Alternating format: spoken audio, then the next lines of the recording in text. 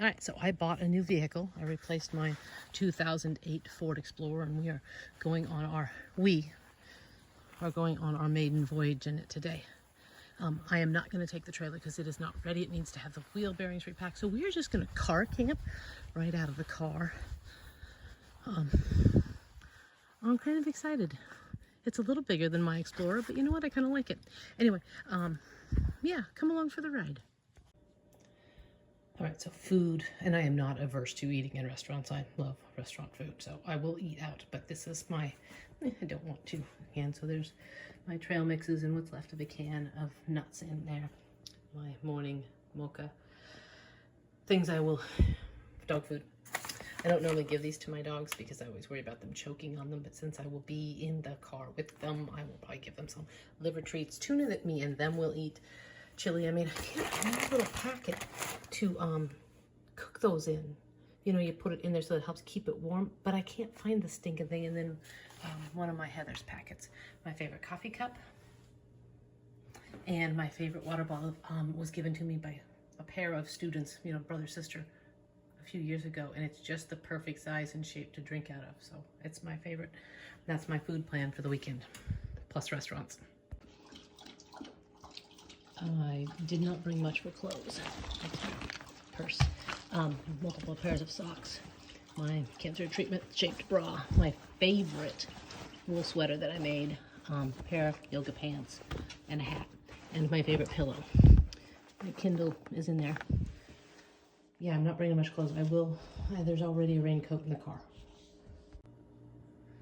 One of the things that I do every day that I am now doing a larger version of is my ginger tea. So regular raw ginger, some poop powder to help keep things moving along, lemon juice, and I've recently started putting honey back in it again because yeah, you know, once you get cancer you say, well, I'm just gonna eat whatever the hell I want, so I'm off of my sugar thing, so I'm putting sugar in my ginger tea again.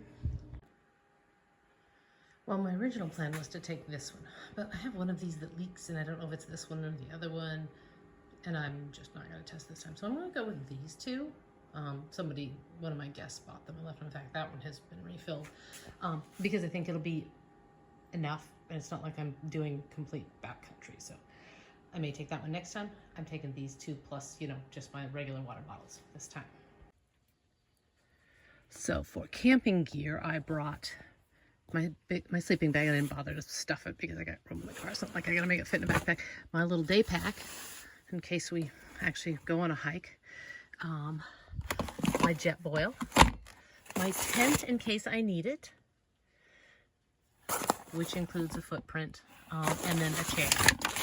And for this trip, dog poop bags and a mosquito net. It's not mosquito, like it is mosquito season, but it isn't really bad, but I will take it anyway. So that's all I'm taking. This is doggy space. I'm a little worried about being comfortable sleeping. It has a slight upslope to it. That's as flat as those seats up there get in my Explorer. Everything went really flat. So we'll see how it goes. I'm contemplating, even now, stealing one of the cushions out of my travel trailer. But I don't know. I just kind of want to rough it and see how we do. Yeah, that's the plan. Sorry, the boiler just came on, but for shoes, I am going to take my rubber Birkenstocks and my hiking shoes. And that's it. And the doggies know something's going on. Of course, their basis for reality, well, they were a little excited about the dog food being packed this morning. That seems to mean something, but the real thing is, oops, sorry, Sven, didn't mean to kick you in those, are these shoes. These are generally the shoes that the doggies get to go with. This is the decision everything is made on. Mama's putting those shoes on? Ooh, we might get to go somewhere. Here is the next biggest issue, and that is getting Sage inside. This is much higher. I know Sven can just doink right up there. And so what I'm trying to do is I'm trying to get Sage to go in down here, you know, step, step, step. But she wants to go right to there. I can't get that headrest off. I think it would help if I could get that headrest off. All the rest of the headrests come off, but not that one. because that would make it clear that there's a little path right there. Sven does it. He gets right through there, but he fits a little better too. So we're going to have to work that out, or I'm going to be lifting her 60-pound ass up there every time, which she's getting there anyway. It's all good. We will work it out. See, Sven knows how to do it. We're not ready to go yet, though, you know, Baba. Not quite. He says, yeah, but you are not leaving me behind. So I may not love car rides, but I love where they take me. But we're not ready yet, Sven. So come on out. Come on, get out. This is it with the cushion from the travel trailer in there. I don't know if the dogs are going to like that or not. I think they like having a stable surface. That, and there's that gap between the two captain's chairs in the back that my Explorer also didn't have. It had a bench seat back here. So I'm a little worried about them falling in that gap. I don't know. I think I should try it without it, but I just know I'm not going to sleep very well without it. So I think I'll leave it. See how the doggies do. Well, these two are ready to go. I guess I'm ready to go too. Oh, I guess I got to move the bed ahead a little bit, because here's what happens. Look, I have one of these now. I didn't have one of these before. Oh, it went all the way up. Hang on. I guess it does the halfway down thing when the door doesn't close, because watch. It says, yeah, sorry, can't do that. Sven's not going to like this, but I got to drag that cushion up just a little bit. He's so cute, isn't he? You know, I'm going to have to move you, right, Baba? Hang on. Yeah, he was all ready to go, but I made him move so that I could move the cushion so that the door would close. And he got out, and then I said, are you ready to go? Let's go get in the car. And he read, well, that's not my car, but he ran towards where we would normally get in the car, and now he doesn't want to get back in. Come on, Sven. Come on. Come on, Baba. Let's go. Right here. You're a good girl. You stay there. I don't want to lift your ass back up there again. Sven. Sven. Sven. Right here. I don't care where you get in. Get in the car. Come on, up. No, Sage, stay. Sage, you stay. Come on, up. Good boy. Now we push the button. And it makes it go up. You push the button again, and it goes down. Let's see if it latches this time. Maybe we're really ready to go. I gotta go get leashes. There we go. Okay, here we go. Our very first road trip in the new rig.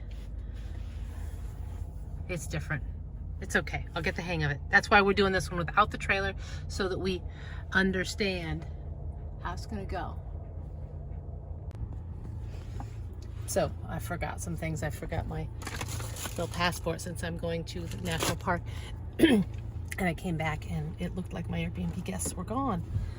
So they left the door unlocked. So I go in and you left the door unlocked. And as I was going to leave, one of them walked back up with a box of donuts in his hand, and it's like, oh shit, the other guy was still there, and I was in the house shouting about them not locking the door. So I made sure I explained to him about how to lock the door, and here I go. Try number 2.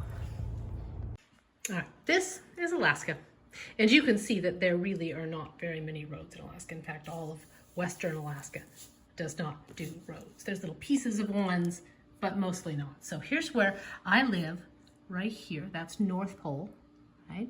And I did Wrangell St. Elias National Park and Preserve. That's all this purple down here, even goes down the coast a little ways. But there are not a lot of roads in. So I took these 2 roads. So I started at home, I drove down the highway, and I came down here. Drove in. The campground is about halfway in, and then that evening I drove all the way out to the end and back, and you'll see some video of that. And then the next day I got up and we drove down here and came down this road. You cannot actually get all the way to McCarthy or the Kennecott mine site because it's across the river, it's private property. They're just not going to let everybody take their cars in there. But they do have shuttle service and a footbridge. And originally I thought, well, I will walk to the Kennecott mine site. But it was like 4 miles, and my old dog is not up to that. So we took the shuttle, and I didn't even go into, I rode the shuttle into McCarthy, but I didn't get off because they do not have any leash laws, and they have lots of loose dogs, and I have a reactive one, and I just didn't want any dog fights, so I skipped that altogether. That was my weekend, down there and back. Put about 1,000 miles on the new truck. It was a great weekend. So here's the obligatory picture of the, national park sign. And then a few pictures of our campsite. That's where we stayed. The dogs were really good. There were lots of dogs in the campground, but everybody had them on leashes. we went for a little walk. Beautiful, absolutely amazing, beautiful scenery. Look, I get to take my new truck on a water crossing. Woohoo! I know, it's not much, but how many of you get to do this on the day after you buy a new truck, right? Right? Here we go, here we go. Woohoo!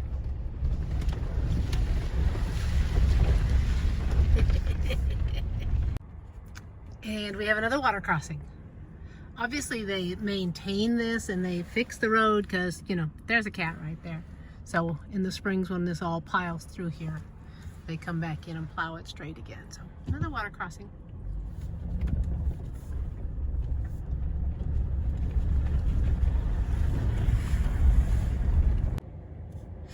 Water crossing number 3. Yes, I am way out here in the middle of nowhere, and I could so easily, you know, get stuck. But my guess is that the OnStar on this thing would activate and somebody'd come get me. In the meantime, I'd be nice and cozy and warm in the back with the doggies, right? It's all good. I'm not scared. So this is the road that I'm traversing out here in Wrangell, St. Elias National Park. This goes somewhere, and here we go. Shit, I am gonna get stuck, aren't I? Maybe I should have paid closer attention in the Danny McFarland Institute of Good Driving Techniques. Hey, I made it. I'll probably make it back through. So good, that's why I bought a 4-wheel drive, right? Oh, maybe I should put it in 4-wheel drive. This right here is where we ended up spending our first night. Right out there in the middle of nowhere. Isn't it beautiful?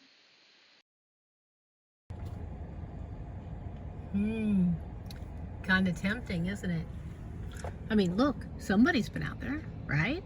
That's the Copper River, by the way. Well, most of the river's over that way. But, you know, I could go up there. I think it's legal. Yeah, not this time. We're about to go across a really cool looking bridge. You can't see it through the dirt on the window. Hang on. Get there. Okay, it wasn't as close as I thought. That's all right. I know how to edit. I've learned that. There you can see it.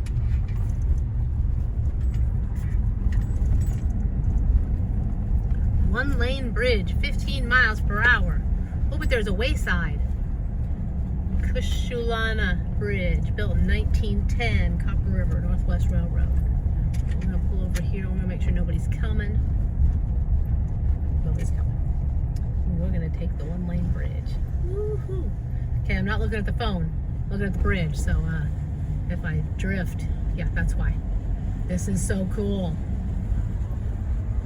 Side window? I'm not looking. I'm looking at the bridge.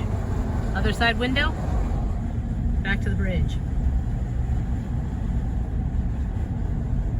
This is on the way to McCarthy in Wrangell, St. Elias National Park. On the little wayside. Okay, done. A little bit more dash cam scenery. Look at that. There's mountains out there. Just absolutely beautiful. Need to wash the windshield. This is what I like best. There's my doggies right there. And the scenery. And the awful road. It's all good. Don't bring your trailer on this road, for sure. So this is part of the railroad that went from Kennecott to Cordova. And listening to one of the guys talk, they said that pieces of this, they had to rebuild every year because it collapsed. It, you know, the ground was not stable enough to hold it. And you can see this poor piece of the bridge. This is my first thought when I saw it. I was like, ooh, that would be a great rail to trail. But hang on, right there. You see it coming down? It's like, yeah, no, probably not. So on day 2, we headed south to go in on the McCarthy Road to the Kennecott mine site and McCarthy. Crossing the little footbridge that you can actually see down through it. See the river down there. they seem to be doing all right with it. It's quite a long bridge, but we're gonna take the car and go down and go across that bridge down there. That's what we're gonna do. All right, I was kind of excited I was gonna be able to drive a little closer, but apparently you cannot cross this bridge. I better get out of the way because here comes somebody. Okay, we learned from the information folks that you cannot drive over there. It's a $1,000 fine crossing that bridge. So if we go wait over there at that little thing on the other side of the river, we can get a shuttle to McCarthy and a shuttle to not necessarily the mine site, but the mill buildings. So that's what we're gonna do. We're gonna go over there and wait for the guy in the white school bus to give us a ride. Apparently, dogs ride free. So that over there is the glacier, which this water, that's why it's this milky color, is coming from. It's called glacial milk. Shows you there's lots and lots of nutrients in it. Behind that little clump of trees over there is the mine site where we're going to. Whoa. So where we're going, stop pulling, is way over there. Can almost see the red buildings. Sorry, the dog's yanking my hands and see the red buildings going up the thing over there. So that's where we're going. All right, so we did make it here. We caught a ride with the guy in the white school bus. Dogs ride for free. I had to pay $5, but it got us past the dogs. I guess McCarthy has a new leash law, so you know, dogs do everything up there. Anyway, here we are. This is the Kennecott Mill. The actual mine, I guess, is up higher. I don't know that we will get there or not, but hey, this is super cool, isn't it? Whoa. That's what I need to do. I need to just start putting my foot on the leash to stop them. And then look at the mountains all around. And that up there is the glacier and the, what do they call it? At the very end of a glacier, the terminal moraine. Right? This place is absolutely amazing. Mountains all the way around. And I hear water, so I'm sure there's water up there. Go. Go, Sven, go.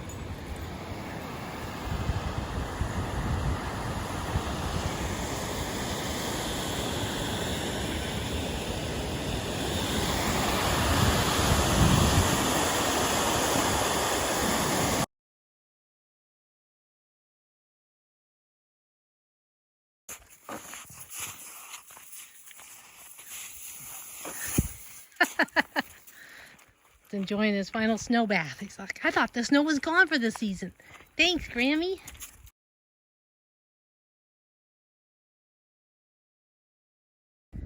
Kind of amazing that they put that many windows and everything. But I suppose they didn't really have much light, and so that was how they got light. Amazing.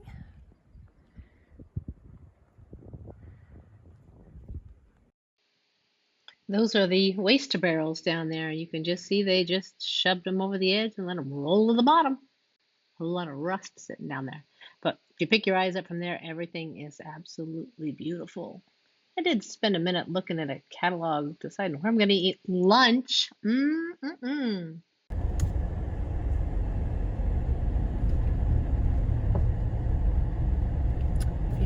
know, can't go over the hill, you just cut through it.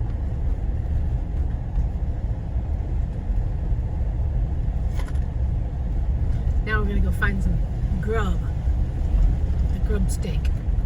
I was out there in those mountains. I think kind of like right in there, I think. But nice long road, beautiful day, new truck, happy dogs. I just had a great burger at Grub Steak in Chittenden. It's glorious, absolutely glorious day. The plan had been to camp another night and come home on Monday, but at this point, I was tired, ready to roll. We just headed home. Here is the obligatory pipeline video.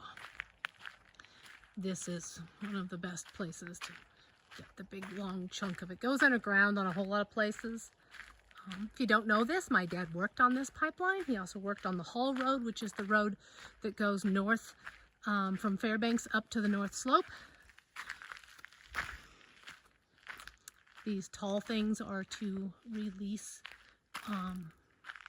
heat so that it doesn't thaw the ground, because this is all tundra. I mean, not tundra, but permafrost. So underneath the ground, underneath the dirt, the ground is frozen, and it's usually protected by all of these trees. But when you skim it all off and have bare ground like this, it's more likely that, and the actual oil in the pipeline is really super hot. Very beautiful evening. I got about another hour and a half to get home. This is Donnelly Dome, south of Delta Junction. I used to climb this thing regularly, like once or twice a year. I haven't done it in a while. Suppose we need to make that happen. And then, you know, directly the other way, that's north of me. This is south of me, beautiful Alaska Range. Just some of them. No, none of those are Denali. The taller one, I think, is Mount Hayes. I think the one to the left is Mount Moffett. Yeah, I don't know their names. About 1,000 miles in the first 2 days after bringing the truck home. I think it's a pretty good test run. All right. Very end of our first road trip with the truck, and I gotta say I'm pretty impressed. It's filthy. We did some stuff. I even bought some firewood and then realized, oh yeah, this truck doesn't have all the stuff in it. I didn't have anything to start the fire with, so I have a little chunk of firewood. That's okay. It can go with me at one of these points. The bedding worked good. I needed it. I needed to sleep on it, and the dogs liked laying on it. You'll see that the blanket did not stay on. And Sven's thing was to lay right in the middle. Sage would not come behind him, so she ended up there on that front where it kind of curves down where that gap is. So if I'm going to do this, I need to put them both in here, but I'm not. This isn't going to be my thing because my trailer's going to go with me. That's the plan. I did not use any of my camping gear, so I will pull it out soon. So the coolest thing, I learned the coolest thing about my new truck. Let me tell you about it. Look at how filthy this is. You should have seen that everything was just covered in mud. It's okay. They're going to detail it again for me when they put my new windshield in. The coolest thing is that this has a auto windshield wiper. Because I'm one of those people who is always tweaking the windshield wipers. Oh, too much, too little, too often, not fast enough. Here we go. It does it for you. I hardly touched, and it rained off and on the entire trip. And I hardly ever had to mess with the windshield wipers. It was so cool. Other things I learned is that on the back of the steering wheel, let me see if I can get the picture of it. These little things right here, that's the volume.